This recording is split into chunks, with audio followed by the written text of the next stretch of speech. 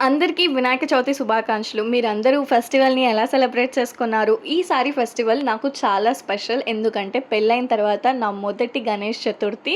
అది కూడా మా అత్తమ్మ వాళ్ళ ఇంట్లో. నేను మా అత్తమ్మ వాళ్ళ ఇంట్లో ఇప్పటివరకు పెళ్ళైన తర్వాత వచ్చిన ఫెస్టివల్స్‌లో ఇదే ఫస్ట్ ఫెస్టివల్ జరుపుకోవడం. మీరందరూ నా ప్రీవియస్ వీడియోస్ చూస్తుంటే అర్థమయ్యేది దట్ నాకు గణేష్ చతుర్థి అంటే చాలా చాలా స్పెషల్ ఫెస్టివల్.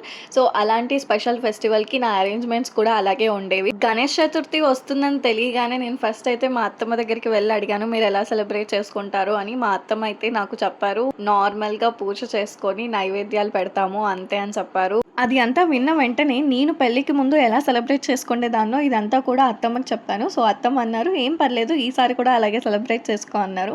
తక్కువ టైం ఉన్నింది. సో, నేనైతే సింపుల్‌గా, క్యూట్‌గా ఇలా సెలబ్రేట్ చేసుకున్నాము. పొద్దున్నే వెళ్ళి నేను, మా హస్బెండ్ చిన్ని బుల్లి గణేషాన్ని అయితే ఇంటికి తెచ్చుకున్నాము. ఆ తర్వాత అత్తమ్మ, నేను కలిసి ప్రసాదాలన్నీ ప్రిపేర్ చేసి పూజ అయితే చేసేసుకున్నాము. పూజ అయిపోగానే మనం చేసిన నైవేద్యాలన్నీ కూడా టేస్ట్ చేసేసి, ఫ్యామిలీ అందరం బ్రేక్‌ఫాస్ట్ చేసి, మళ్ళీ లంచ్ చేసి, ఫ్యామిలీతో టైం స్పెండ్ చేసి, ఈవినింగ్ అయితే మన ఇంట్లో ఉన్న చిన్ని గణేశాని మన వీధిలో ఉన్న పెద్ద గణేష దగ్గర పెట్టడానికైతే నేను, మా అత్తమ్మ వెళ్ళిపోయాము. అక్కడున్న గణేశాన్ని చూస్తుంటే 2 కళ్ళు సరిపోలేదు. నేనైతే ఇలాగే ఆగిపోయాను. అంత బాగున్నారు.